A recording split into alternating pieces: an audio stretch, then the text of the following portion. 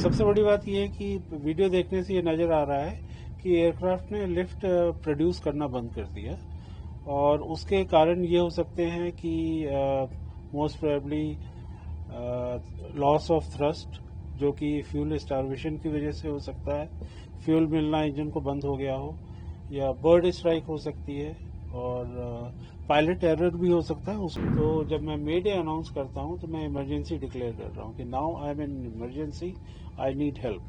तो जैसे ही वो मे डे कॉल इनिशिएट करता है, बहुत सारी एजेंसियां सक्रिय हो जाती हैं। तो इस केस के अंदर भी यही हुआ है कि जब पायलट ने, हमारा एक डिसीजन स्पीड होता है जो कि बाहर के temperature, weight of the aircraft, काफ़ी सारी चीज़ों पे निर्भर करता है। उसके पहले अगर हमारे पास कोई भी सी भी गलती आती है, वार्निंग आती है, तो पायलट का काम होता है उस टेक ऑफ को रिजेक्ट कर देना। इस पर्टिकुलर केस में एयरक्राफ्ट अपनी डिसीजन स्पीड तक पहुंचा है और फिर उसने टेक ऑफ इनिशिएट किया है। दैट मीन्स वहां तक उसको कोई वार्निंग नहीं आई है। जब उसने टेक ऑफ इनिशिएट कर दिया है उसके बाद वो कुछ हुआ है, जो भी हुआ है। सर 12 जून को जिस तरह से एयर इंडिया का एक एयरक्राफ्ट क्रैश हुआ जी, सर, आपको क्या लगता है, क्या कुछ टेक्निकल ग्लिच आया हो सकता है? काफी लंबा टाइम आपका एक्सपीरियंस है सर एयरक्राफ्ट उड़ाने का, क्या कहेंगे सर इसमें? पहली बात तो ये कहना चाहूँगा, बहुत दुखद घटना है और one of the rarest of rare घटना हुई है। और जो भी हम अभी कहेंगे वो एक स्पेकुलेशन होगा, बट फ्रॉम माय एक्सपीरियंस और जो हमने इसके वीडियोस देखे हैं, सिर्फ हम एक कयास लगा सकते हैं कि ये पॉसिबिलिटी हुई होगी।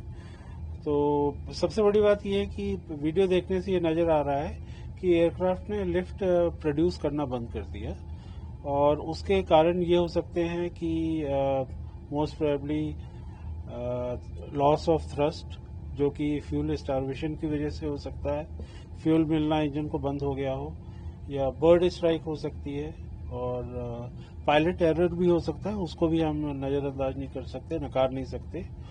और टेक्निकल फेलियर भी हो सकते हैं कि एयरक्राफ्ट में बहुत सारे एडवांस सिस्टम होते हैं और हालांकि वो फेल प्रूफ होते हैं, लेकिन फिर भी इंस्ट्रूमेंट तो इंस्ट्रूमेंट है, कभी भी कुछ हो सकता है, तो उसको भी नकारा नहीं जा सकता।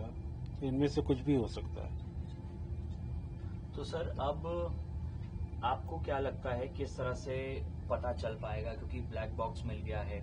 सबसे पहले तो ये बताइए कि ब्लैक बॉक्स का क्या काम होता है और क्या उसकी इन्वेस्टिगेशन के बाद पता लगाया जा सकता है कि आखिर वजह क्या रही क्रैश होने की? जी, पहली बात तो जो ब्लैक बॉक्स होता है, एक बॉक्स है जो कि इंस्टॉल्ड होता है एयरक्राफ्ट में एक्सट्रीम आफ्ट में, जो कि टेल सेक्शन होता है एयरक्राफ्ट का, वहाँ पे इसलिए उसको इंस्टॉल किया जाता है ताकि अगर एयरक्राफ्ट क्रैश हो तो वो लीस्ट डैमेज लोकेशन होगी। और वो इतना स्ट्रांग बनाया जाता है कि वो it can withstand N explosion also. और उसमें ब्लैक बॉक्स में दो कंपोनेंट होते हैं, एक सीवीआर कॉकपिट वॉइस रिकॉर्डर, जिसमें कि हम कॉकपिट में जो भी बात करते हैं तो वो सारी की सारी रिकॉर्ड होती हैं, और दूसरा कंपोनेंट होता है उसका डीएफटीआर, जिसको बोलते हैं digital data flight data recorder. और उसमें बेसिकली एयरक्राफ्ट के इंजन के और एयरक्राफ्ट के सारे पैरामीटर्स रिकॉर्ड होते हैं। उसमें अगर इंजन के कोई पैरामीटर्स हैं, फ्यूल के हैं, सिस्टम्स के हैं, वो सारे पैरामीटर्स रिकॉर्ड होंगे। और जैसे एयरक्राफ्ट अगर ग्राउंड पे है तो उसकी ग्राउंड स्पीड भी रिकॉर्ड होगी, अगर वो फ्लाइट कर रहा है तो उसकी फ्लाइट स्पीड रिकॉर्ड होगी, कितना उसका पिच था, पिच अप था कि पिच डाउन था, वो भी रिकॉर्ड होगा, बैंक एंगल रिकॉर्ड होगा। तो ये सारे पैरामीटर्स रिकॉर्ड होते हैं। पर हालांकि इस केस के अंदर ब्लैक बॉक्स रिकवर हो गए हैं, पर हम उससे वो कोई जादुई वो ब्लैक एंड व्हाइट में नहीं बोल सकता कि ये गलती थी, क्योंकि उससे पहले डेटा डिराइव किया जाएगा, उसका एनालिसिस होगा। वो सिर्फ हमें डेटा प्रोवाइड करता है, फिर इन्वेस्टिगेटिव एजेंसीज होती हैं, उस डेटा को स्टडी करती हैं, एनालाइज करती हैं, and then they will come to some conclusion कि एक्चुअली में क्या हुआ हो सकता है। तो काफी लोग सोचते हैं कि ब्लैक बॉक्स सब कुछ बता देगा, ऐसा नहीं है। वो हमें सिर्फ डेटा प्रोवाइड करता है, डेटा ये सारी जांच एजेंसियां उसको एनालाइज करती हैं, फिर रिजल्ट पे आती हैं। सर एक सवाल ये है कि जिस तरह से ये बोइंग का एयरक्राफ्ट क्रैश हुआ है, जी अब बोइंग एयरक्राफ्ट की जो सिक्योरिटी है जी उस पर भी अब सवाल खड़े होने शुरू हो गए हैं। कई सारे एविएशन एक्सपर्ट सवाल खड़े कर रहे हैं, कई लोग ये भी कह रहे हैं कि सुरक्षित है। ये जो पर्टिकुलर विमान क्रैश हुआ है सर, ये कितना सुरक्षित था और इसके बारे में क्या कहेंगे सर? जी, बोइंग 787 ड्रीमलाइनर काफ़ी रिलायबल एयरक्राफ्ट माना जाता है और इसकी इस तरह की ये इतिहास में पहली घटना है और पिछले करीबन 11-12 सालों से ये सर्विस में है। इस तरह की कोई घटना नहीं हुई है, लेकिन हाल में कुछ रिपोर्टें आई थी कि जिसमें ये देखा गया कि कुछ छोटे, जैसे जैसे ये फ्लीट पुरानी हो रही है, कुछ छोटे छोटे माइनर इश्यूज आ रहे थे जो कि प्रॉब्लम्स आनी, अभी जापान एयरलाइंस की में ड्रीमलाइनर में कुछ प्रॉब्लम्स आई थी। तो फ्लीट पुराने होने के साथ साथ कुछ कुछ प्रॉब्लम आई, वो जो बोइंग को भी एयरलाइंस ने रेज किया और उसके बाद से ज्यादा कुछ तकनीकी खामियां नहीं आई इस एयरक्राफ्ट में। क्योंकि जो एविएशन मिनिस्टर हैं जी उन्होंने भी स्टेटमेंट दिया है जी सर्विलांस को लेकर, जी। तो आप इस पर क्या कहेंगे उनके स्टेटमेंट? सिर्फ सर्विलांस बेसिकली इसलिए किया गया है ताकि which is a very good initiative by our minister and DGCA कि वो सारे के सारे पैरामीटर्स को एयरक्राफ्ट को सर्विस पे रिलीज होने से पहले they want to make sure the passengers are safe, the aircraft is safe and the public is safe. तो इसलिए ये सारे इंस्ट्रक्शन से इशू किए गए हैं कि सारे पैरामीटर्स अच्छी तरीके से मॉनिटर किए जाएं, सारे सिस्टम्स डबल चेक किए जाएं ताकि इस तरह की घटना आगे नहीं हो। और आई एम प्रेटी श्योर कि ये दूसरे मैन्युफैक्चरर्स के भी लिए लागू होगा लेटर और सूनर, ताकि इस तरह की घटना दोबारा नहीं हो। क्या स्पेशलाइजेशन थी सर इस एयरक्राफ्ट की जो इसको इतना सुरक्षित बताती है?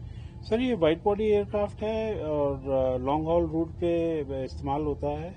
जैसे ये वाली पर्टिकुलर फ्लाइट थी, ये अहमदाबाद से लंदन के लिए थी और एयर इंडिया के लिए तो इसको वर्क हॉर्स बोला जाता है और क्योंकि ये लगातार ड्यूटी में रहता है, अच्छा परफॉर्म करता है, मेंटेनेंस इश्यूज काफ़ी इसके कम रहे हैं और तकनीकी खामियां सो फार ना के बराबर रही हैं, तो इसलिए काफ़ी अच्छा एयरक्राफ्ट माना जाता है। सर अब क्रैश हो गया है, कई जी लोगों की मौत हो गई है, जी। अब क्या सीख लोगों को इससे लेनी चाहिए, खासकर जो कंपनीज हैं, सरकार है, इसके बारे में क्या कहेंगे?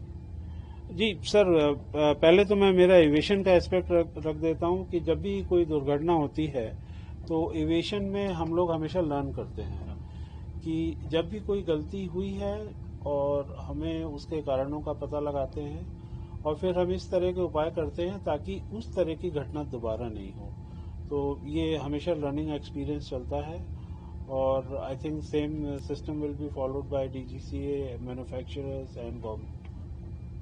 सर एक सवाल जो लोगों के दिमाग में है वो ये है कि जो पायलट है जब उसके हाथ से सारी चीजें निकल जाती हैं तो मेडे कॉल करता है जी, वो लोगों को किस तरह से, मतलब आप क्या बताना चाहेंगे, मेडे कॉल आखिर होती क्या है, किस तरह से? Sir mayday call is international distress call for in aviation and basically बहुत सारी कॉल्स होती हैं, उनमें से मेडे कॉल होती है। तो जब मैं मेडे अनाउंस करता हूं तो मैं इमरजेंसी डिक्लेयर कर रहा हूं कि now I am in emergency, I need help. तो जैसे ही वो मेडे कॉल इनिशिएट करता है बहुत सारी एजेंसियां सक्रिय हो जाती हैं, जिसमें कि एटीसी होती है, हमारी एयर ट्रैफिक कंट्रोल जो होती है, वो उस एयरक्राफ्ट को भले ही 50 एयरक्राफ्ट उड़ रहे हों उसको प्राथमिकता देगी, प्रायोरिटी देगी हर तरीके से, और भले ही एयर स्पेस की हो या लैंडिंग की हो या और कुछ हो। और उसी तरीके से जो हमारी ग्राउंड एजेंसीज होती हैं, मेडिकल और सारी इमरजेंसी सर्विसेज प्रोवाइड करी जाती है। तो ये मेडे कॉल का मेन पर्पस होता है। लेकिन आजकल इतिहास गवाह है सर, आज तक मेडे कॉल के बाद कोई एयरक्राफ्ट सुरक्षित नहीं सर, हमारे यहाँ इंडिया में तो इस तरह के ज़्यादा इंसिडेंट नहीं हुए, पर हम लोग सारे वर्ल्ड वाइड डेटा मॉनिटर करते हैं। मेडे कॉल अक्सर दी जाती है और यूएस और यूरोप में जहाँ पे जनरल एविएशन बहुत बड़ा है, अक्सर मेडे कॉल्स होती हैं, वहाँ प्रायोरिटी दी जाती है और बाकायदा एयरक्राफ्ट को प्रॉपरली लैंड कराया जाता है। इसमें कोई वो दो राय नहीं है। सर कॉकपिट में आप किस तरह से समझाना चाहेंगे कि आखिर इमरजेंसी अगर जब आती है तो कौन सा ऐसा इंडिकेटर है जिससे पता लगता है?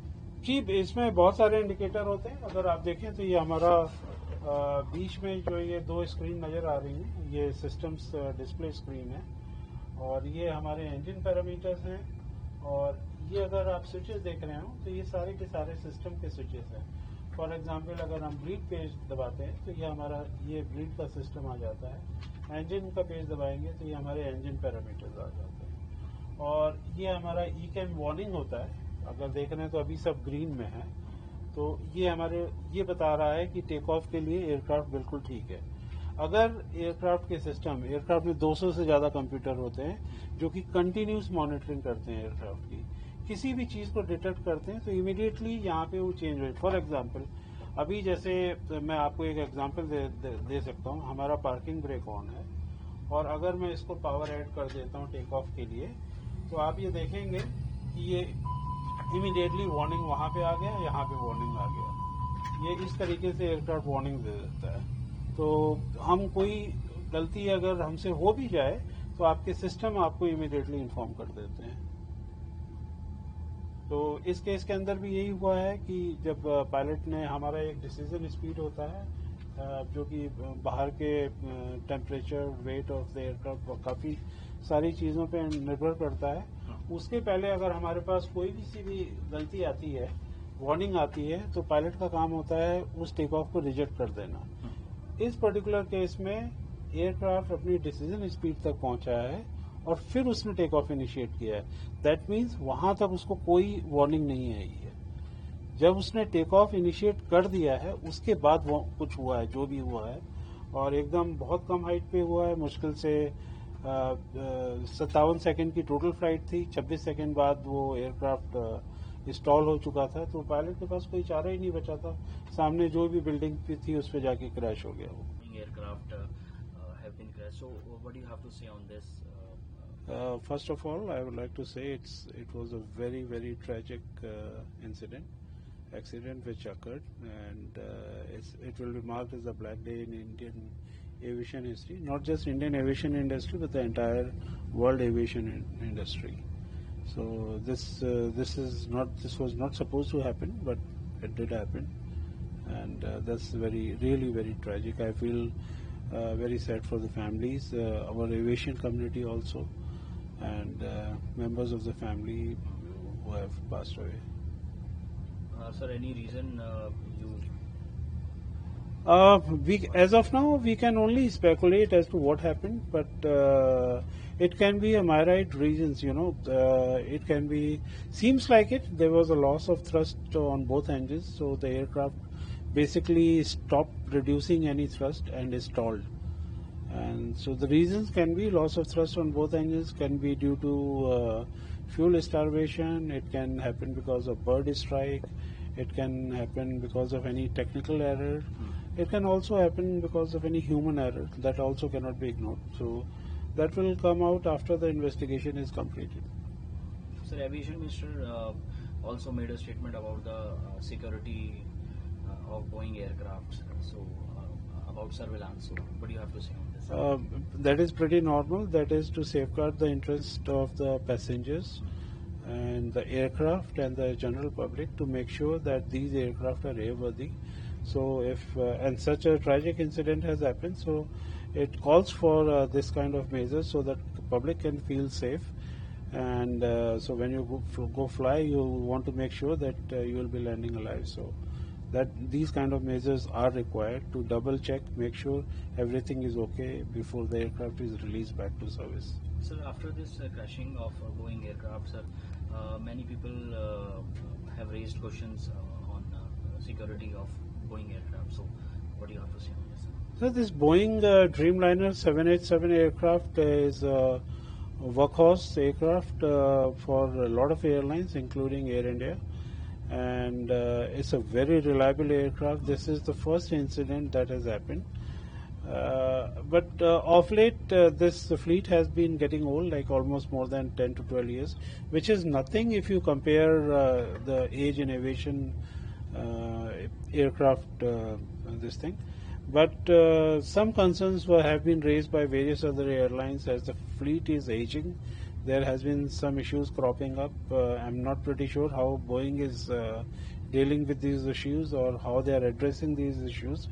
But I'm pretty sure this incident has opened their eyes, and they will look into all these shortcomings. So we are sitting in a cockpit. So what do you have to say on how pilot monitor all these situations? So as you can see, this is our cockpit, and so we have all the systems displayed in the front of us. And these two screens primarily are for, if you can see, they are identical screens. They are both for pilot and co-pilot, and the screens in the center, they are displaying all the systems of the aircraft. And then we have various selectors over here.